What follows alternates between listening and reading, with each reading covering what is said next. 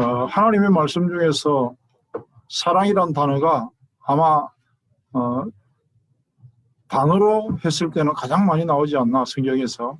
신구약을 통틀어 제가 대충 뭐 하나 둘 셋 넷 다 헤아려 보지는 않았지만 통계상으로 나오는 것을 보니까 한 600회 이상 나와요. 사랑이라고 하는 단어가. 신구약 다 통해서 하면. 고린도전서 13장을 흔히 사랑장이라고 그러는데, 뭐 굳이 저는 별명을 붙인다면 요한일서 4장이 훨씬 더 사랑이라는 단어로 볼 때는 고린도전서 13장에 뭐 한 7번, 8번 나오는데 요한일서 4장에는 한 25번 이상 나오죠. 뭐 그거 몇 번 나오는 거 그게 중요한 게 아니고요. 사랑이라는 단어만큼 많이 입에 오르내리고 어쩌면은 사랑이라는 말처럼 흔하게 특히 교회 안에서 떠돌아다니는 말이 있을까요? 사랑한다, 뭐 사랑이 없어서, 사랑이 뭐. 근데요, 막상 이것도 마찬가지로 사랑이 뭘까요? 라고 물었을 때 뭐 진짜 유행가 가사처럼 눈물의 씨앗이라고 대답하든가, 사랑은 이러면은 아마 할 말이 없을 거고 말을 한다고 해도 지극히 단편적인 이야기를 할 겁니다. 주로 사람들이 말하는 사랑은 뭐냐면 뭘 주고 참고 뭐 이런 거죠. 베풀고 견디고, 오늘 말씀에도 있는데 화내지 않고 뭐 그런 걸 주로 사랑이라고 알고 있겠죠. 희생하는 거, 사랑을 뭐 느끼고 듣고 만지고 혹 그런 쪽으로 상상이라도 해볼 수 있다면 그거는 하나님의 손길에 대해서 그래도 좀 안다는 그런 뜻일 겁니다. 사랑이 뭐냐? 오늘 말씀에서 보면 1절로 5절까지 말씀해 보면 사랑이 뭐냐고 하는 데 대한 것 중에서 사랑의 표준, 사랑의 표준이 뭐냐 하면 적어도 이 정도는 해야 사랑이 아닌가라고 할 때에 행동이 아니라는 걸 이야기하잖아요. 뭐 한다고 사랑이 아니라는 거예요. 천사의 말을 한다고, 뭐 예언하는 능력이 있다고, 심지어는 이 산을 들어 저 뭐 바다로 던지오는 믿음이 있다고 할지라도 그게 사랑은 아니다라는 말을 하는 거예요. 사랑의 주제와 결론. 그럼 사랑은 그럼 뭐가 사랑이냐? 표준은 회복이다. 처음으로 돌아가는 것. 우리가 처음으로 돌아간다는 말을 할 때마다 창세기 1장 하나님의 형상이죠. 창세기 3장에서 무너진 인간이 회복되는 것. 여인의 후손, 피의 제사, 유월절 어린 양, 임마누엘, 그리스도, 이렇게 흐르는 언약의 회복. 적어도 사랑에 대한 표준은 언약의 회복, 그게 사랑이에요. 누구를 뭐 도와주고 누구를 생각하고 행동, 뭐 조건 이런 게 아니고요. 하나님의 형상과 모양으로 회복하는 게 그게 사랑의 첫째 표준이에요. 사탄이 환경과 조건과 보이고 들리고 잡히는 것에 매이게 만들죠. 그것 때문에 휘둘려요. 부모, 자식, 형제 뭐 필요 없어요. 눈에 보이는 것 때문에, 기분 나쁜 것 때문에 모든 판단이 육신에서 시작되잖아요. 그럼 사랑을 내가 하고 싶다고 하고 하기 싫다고 안 하고 그런 거 아닙니다. 모든 것을 초월하고 다스리는 정복의 신분으로 돌아가는 것이 사랑의 표준이다. 어떤 의미에서는 그것이 사랑의 주제이고 사랑의 결론입니다. 가장 기본적인 것을 놓쳐버리면 모든 것이 전부 다 비뚤어지는 거예요. 오늘 6절 이후에 있는 말씀에 보니까 불의를 기뻐하지 아니고 진리와 함께 기뻐하고, 여기에 나오는 걸 전부 영적인 부분으로 해석할 필요가 있습니다.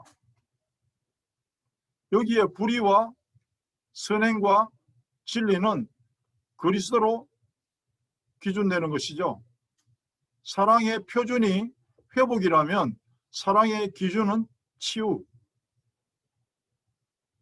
병든 사람을 고치는 거죠. 영적으로 병든 거요. 영적으로 병들기 때문에 기뻐할 수가 없고요. 참을 수 없는 거거든요. 이미 사랑이 망가진 상태이기 때문에 그게 안 되는 거거든요. 영적인 부분에서 찾아낼 줄 아는 것. 그게 사랑의 기준이다. 영적인 문제 때문에 우리는 정신적인 문제가 왔습니다. 나를 돌이켜서 한 번쯤 생각해 보거든요. 하루를 놓고 생각해 봅니다. 아침에 일어나서 나름대로 기도하고 말씀 앞에 앉아서 참 차분하게 이렇게 하다가도 사람을 만나면 이게 삐뚤어지는 거예요.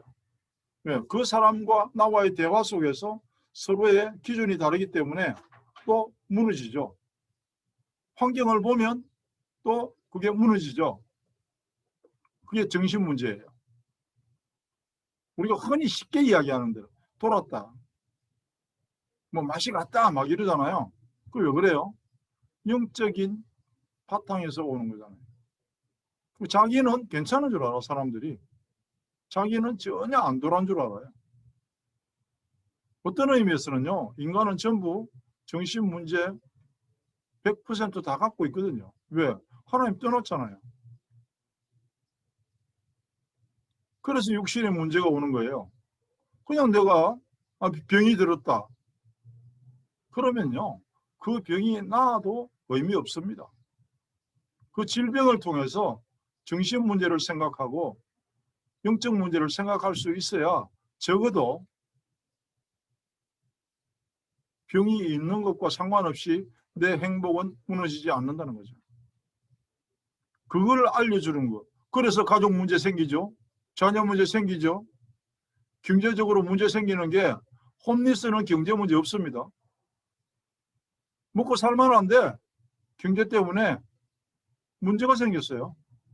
전혀 절대로 안 굶어 죽어요.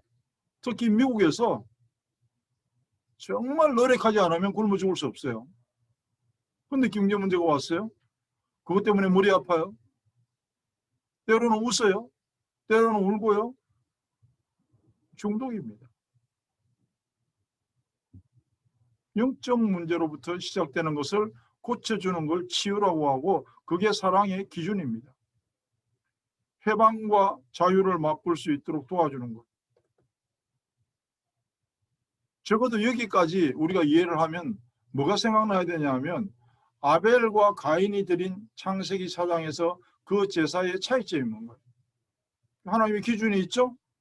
아벨과 그 제물은 연락하였으나 가인과 그가 드린 제물은 어떻게 해요? 하나님은 외면하셨어요. 인간 자체가 틀렸어요.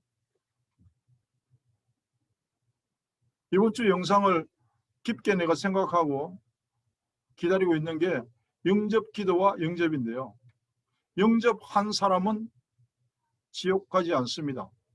그런데 영접 기도했다고 지옥 가지 않는 법은 없습니다.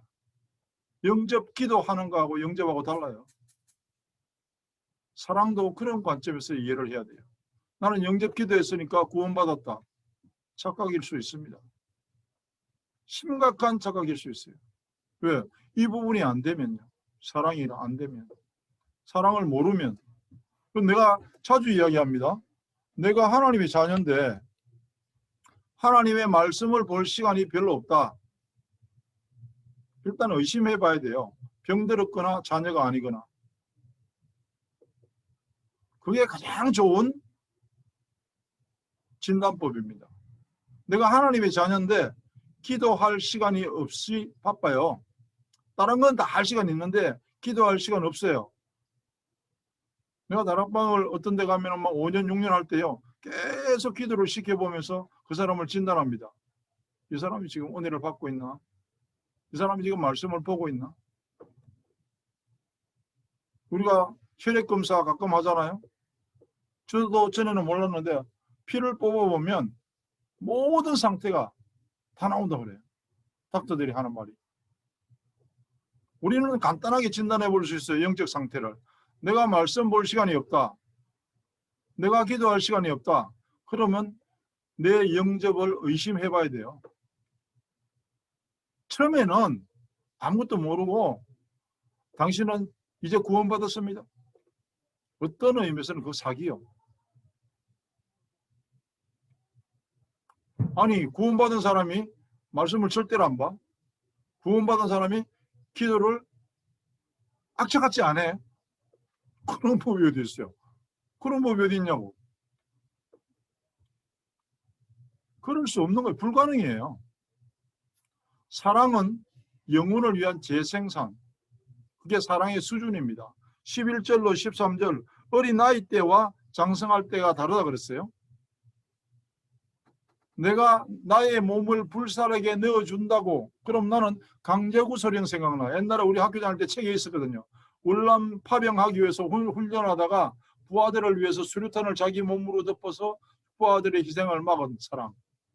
그럼 그 사람 천국 가냐? 아니, 성경적 기준에 그런 거 없습니다.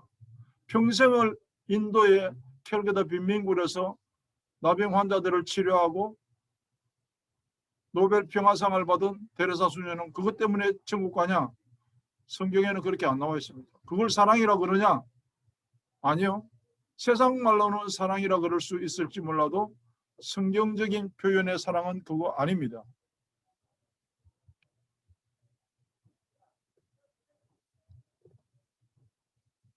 사랑을 전달하는 것은 우리가 촛불이나 알코올 램프에다가 쇠젓가락을 갖다 대면 손이 금방 뜨거워지는 것처럼 그렇게 전달되는 거죠. 그 사랑, 하나님의 사랑. 사랑이라는 말을 그 높이와 깊이와 넓이를 사랑합니다, 사랑한다, 그 간단한 말로 표현할 수 없다는 겁니다. 그렇게 표현되는 것이 사랑이 아니라는 겁니다.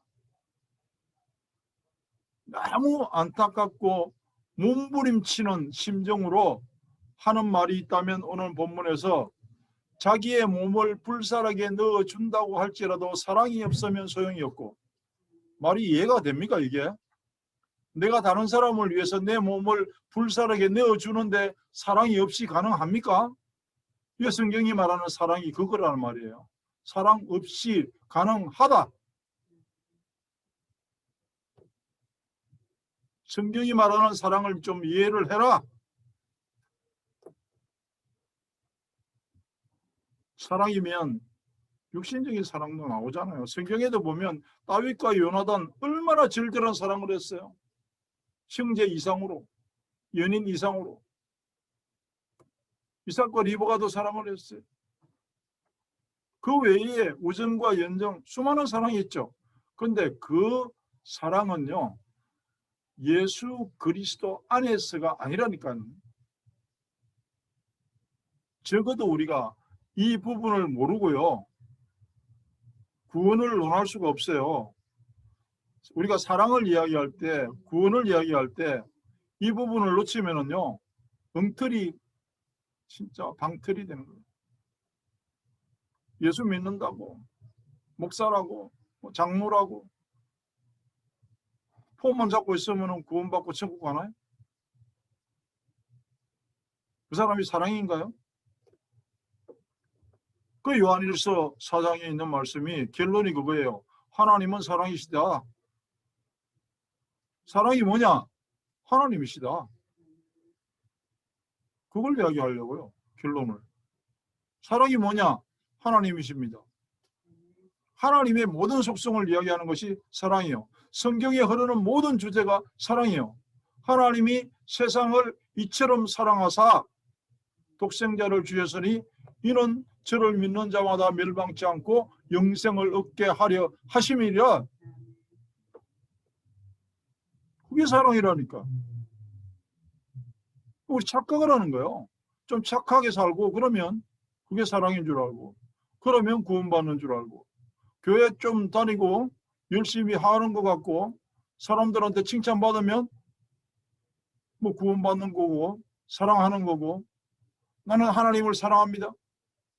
어떤 의미에서는 웃기는 소리입니다. 어떻게 인간이 하나님을 사랑할 수가 있어요? 하나님이 주신 사랑에 대하여 정말 감사하며 그 뜻을 새기며 살아가는 거죠.